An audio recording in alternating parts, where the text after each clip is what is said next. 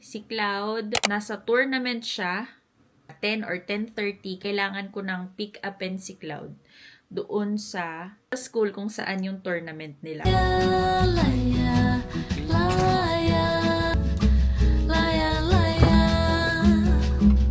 Since nandito tayo, 11:18 time check. And medyo wala pang message. Naghihintay ako ng message nila. So, mukhang maya-maya pa sila. Okay, tapos na daw ang tournament nila, Cloud. So, pick upin na natin siya. Let's go!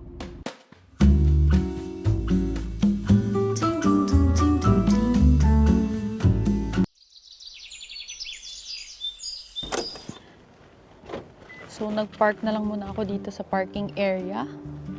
Maraming magsusundo dun sa mga bata. And then, one way lang kasi yung daan ng sasakyan. So, I think much better na i-park ko na lang yung sasakyan dito. Tapos, maglakad na lang ako para ma-pick up ko si Cloud. Hindi ko na kailangan magpaikot-ikot pa, diba? Tapos, wala namang dalang phone kasi si Cloud. I mean, may dala siyang phone. Pero, hindi kasi pwedeng sabihin na meron siyang dala nun. So, secret lang.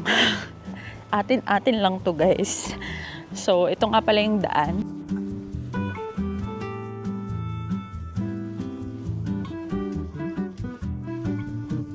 Dito yung exit. Yan. So,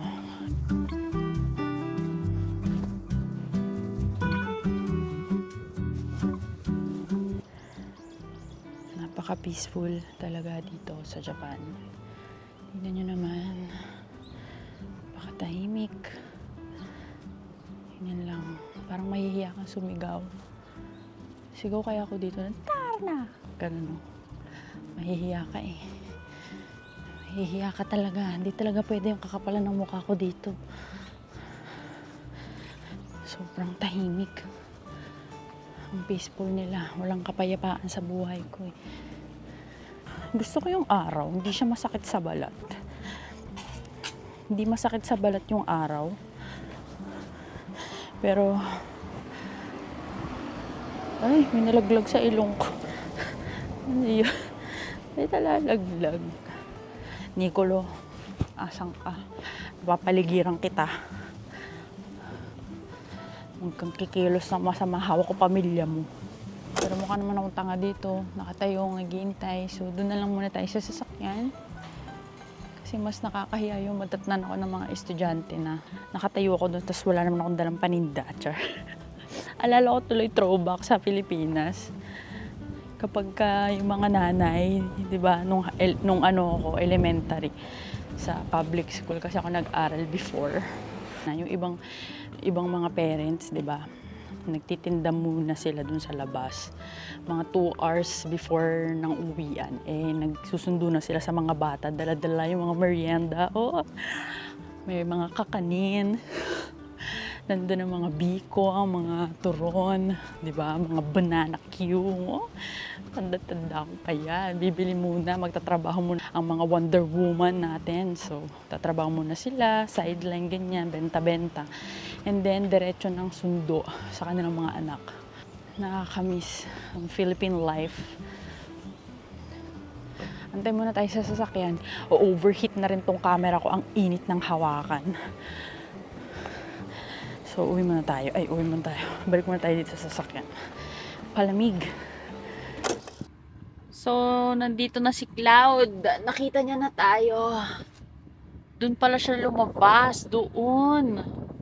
Ayan na si Cloud. Ayan na siya. Bumaliktad yung payong. Ayan na siya.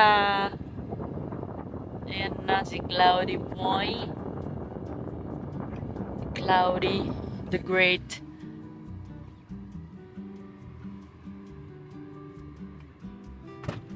Okairi. Otsukare-sama. Parang mali ako sa siya. Bakit? Hindi mo pala ganun ka ano? Hindi mo pala ganun ka nakakatakot? Oo. Mas mali. Okay lang yun. Next time. May next Sa time ano, pa naman. Shichigatsu Dome. Shichigatsu? O, sali ka na. Sali ako. Paano Nice. naman mag-OA ka ng cheer? Bawal nakalagay. Bawal daw yung OA na cheer. So, kailangan nating Wala talaga umuwi. silang fun. Ha? Wala talaga silang fun sa Japan. Bawal maingay, nakikiano lang kasi sa ibang school eh. Yun yung rule siguro ng school na to. So, let's go na. Saan? Ay, nakakain ka ba? Oo. Okay ka? Magpunas ka kaya ng ano mo. Mukha, tas mag-spray ka ng sunscreen.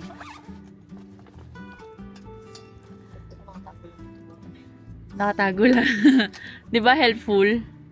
Wala kang kasabay lumabas. Bakit? Sarili mo, Michi. Ah, Bukod-bukod na nga kami. Yung iba sa dumanda ako dun. okay. Parang... Kanya-kanya na kayo. Ah, si Ran. Lalo- Nag-run na siya. Natatakbo kami sa akin magtakbuhan. Sabi ko, nang garage din. Ah! Sabi niya, Ang nagawa sama. ka na Ang sama mo kay Ran. Pagpunas ka muna bago ka maglagay niyan. Bimpo muna, bimpo.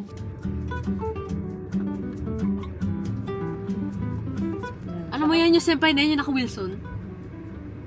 Ayun yung naka-Wilson. Oo. Nanalo siya. Tapos, Ah. di ba ano yan, singles and doubles. Sa singles, buong singles siya yung pinakamalakas. Number 1 siya. Oh, Sa lahat. Ang lakas naming Ukichu. Sa doubles din siguro pang-apat kami. 4th, 3rd, pinakamalakas. Hoy, Pasali kami sa 3rd ano. Siguro napasali kami sa Chikatsu. Ah. Kasi kung natalo kami, hindi kami Hindi sa ka- hindi- Chikatsu. Sa ano, Jui Chikatsu na ulit. Oo. Nanalo nga kami. So, sa Chikatsu ulit. Wow, nice one. So, let's go.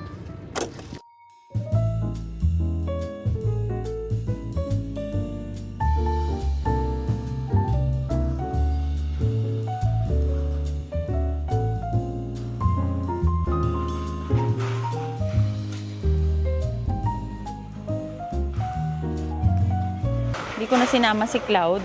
Kailangan ko lang naman bumili ng sabon panlaba and cotton buds.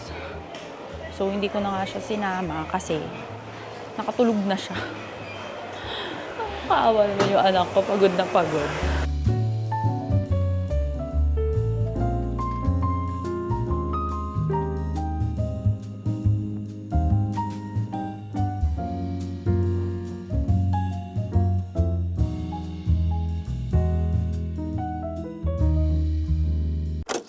So, nakabalik na tayo sa bahay, guys. It's 3:30 in the afternoon. Sobrang init talaga, as in. Pagod pa rin si Cloud, so hinayaan ko muna siyang matulog. And doon ko siya pinatulog sa may kabilang kwarto. Dito yung kwarto kasi namin. So, doon ko siya pinatulog sa kabila para hindi siya maistorbo kasi maglilinis pa ako dito. So, hindi pa tapos ang paglilinis. Pero bago ang lahat, papakita ko muna kung ano yung binili ko kanina sa Cain's. So, magkakaroon tayo ng mini haul. Pang scrub. Friction. Ayan. Pen. Yung pen na nabubura. So, pag sinulat mo siya, nabubura siya. 0.7. Meron kasi kaming Sudoku. Ewan ko kung familiar kayo doon. Mahilig kasi kami mag-Sudoku. So, nilalaro namin siya kapag ka nasa toilet kami. So, iniisip ko na mas maganda yung ganong klaseng pen yung ilagay doon para if ever magkamali, mabubura mo siya. Ganun.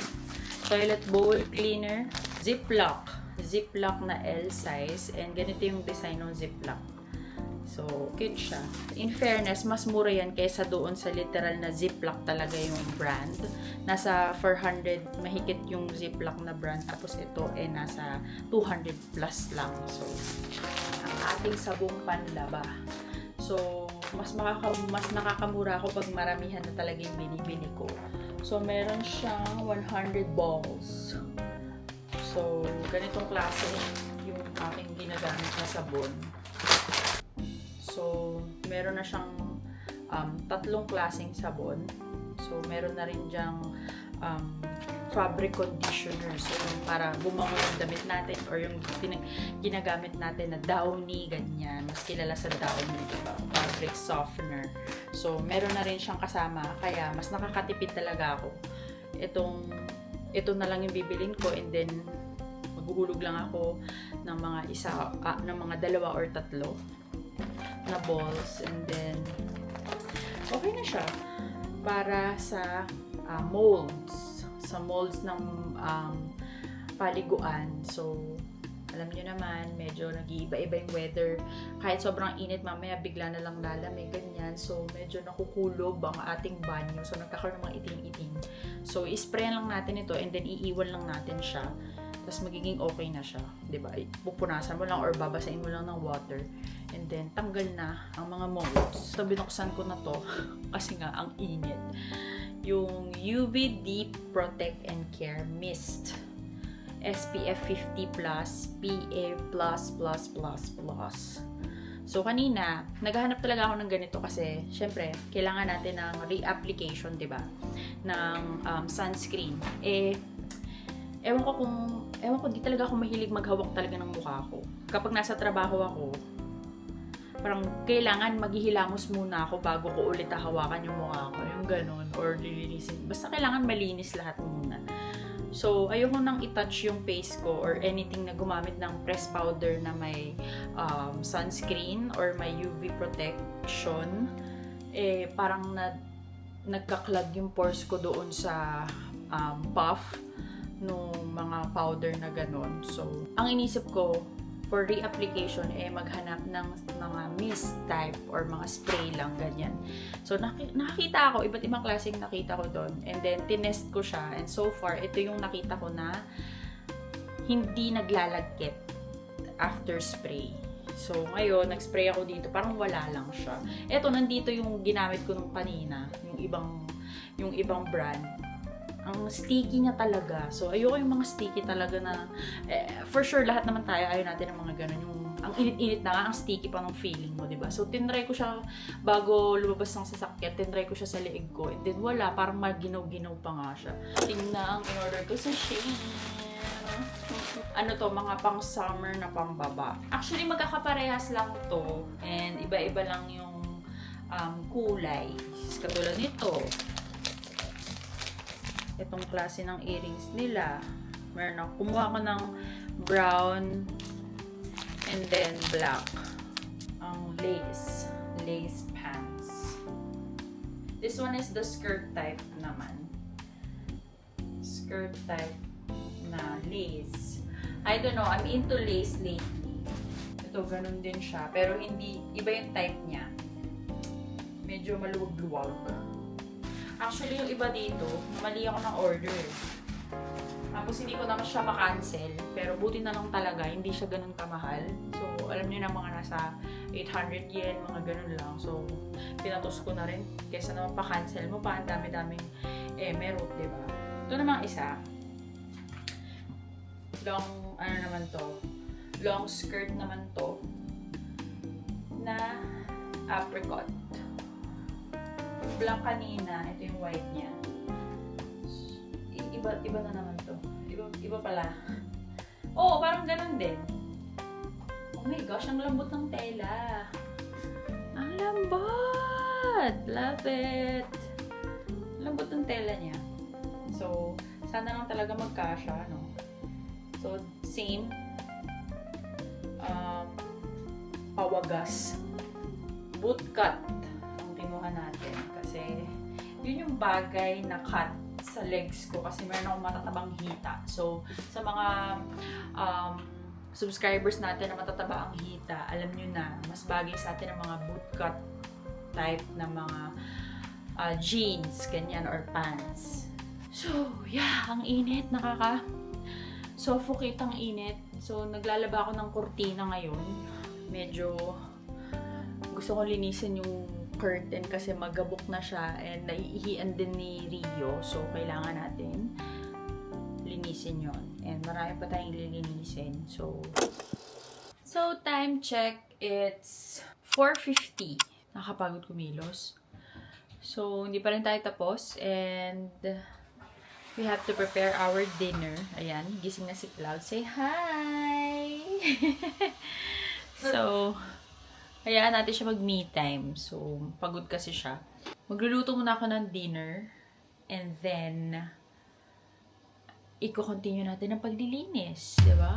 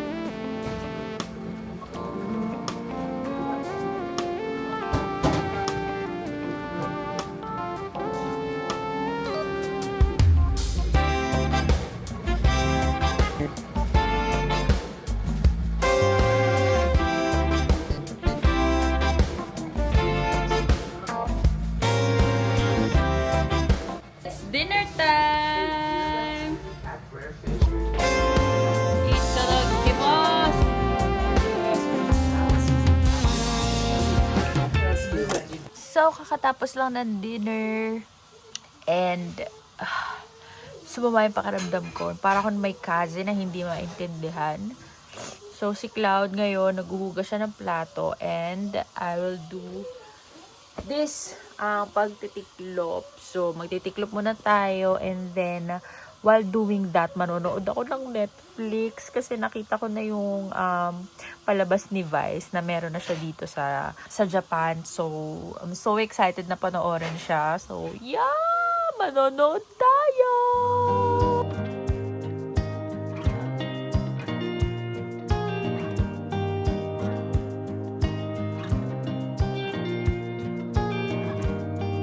Talaga ba, Vice ganda? Pinapaiyak mo ako? Talaga, Vice ganda. Ang ganda, kakatapos ko lang manood ng The Breadwinner, guys. Ganda ng movie ni Vice. I love it. Super relate sa mga breadwinners kasi naging breadwinner din tayo. So, ang sarap lang sa pakiramdam na ang sakit sa pakiramdam na ganun yung naging ending. So, ここに青春の歌が私を包む